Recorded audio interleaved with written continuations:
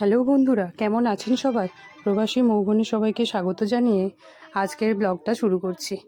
আজকের ব্লগে কি করব বলুন তো? আমার তো বাড়ি যাওয়ার পালা চলে এসছে, আজকেই রওনা হব।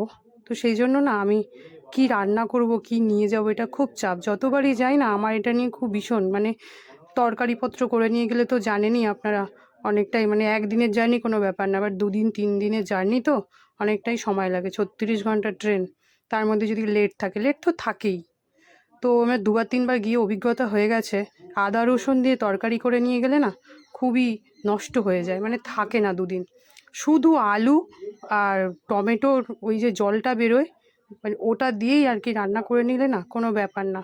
তো যাই হোক, এটা করছি আমার দুপুরবেলার আর রাত্রিবেলার আর কি খাওয়ার জন্য, তাতে করে খারাপ হবে না।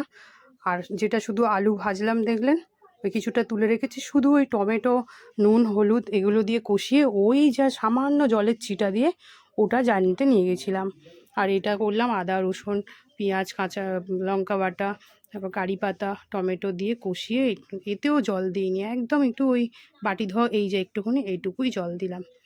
তো এটাও নিয়ে গিয়ে দেখেছি, এটা কিন্তু নষ্ট হয়নি, 2 দিন ঠিকই ছিল, যেহেতু এসিতে গেছি তো।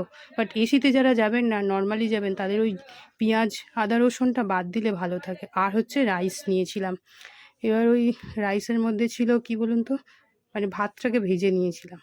আর রাইসে যেসবগুলো দিই, কাশ্মীরি লঙ্কা সিমলা মির্চ, গাজর, তারপরে পেঁয়াজ দিলে পেঁয়াজ, যে যেটা ব্যবহার করতে পারে, কাজু কিশমিশ, এগুলো না আমি সব আলাদা ভেজে আলাদা কন্টেনারে ভরেছিলাম। যখন খাবো আর কি, তখন দিয়ে খেলে তাহলে ভাতটাও আর নষ্ট হয় না। তো এইভাবেই আমি আমার জার্নির রান্না করেছিলাম। আর কয়েকটা পরোটা করেছি, সেটা তাড়াহুড়োতে ভিডিও করা যায়। আপনারাও যদি এত ঘন্টা জার্নি করেন, এটা করে নিয়ে যাবেন, বাড়ির খাবারও পেলেন আর পেট ভরাও হলো। তাহলে অনেকেই তো এইভাবে জার্নি করেন, তাই না? অবশ্যই এইভাবে করে নিয়ে যাবেন। তাহলে আজকে এখানেই শেষ করছি, আগামী কোনো ভিডিও আবার দেখা হবে।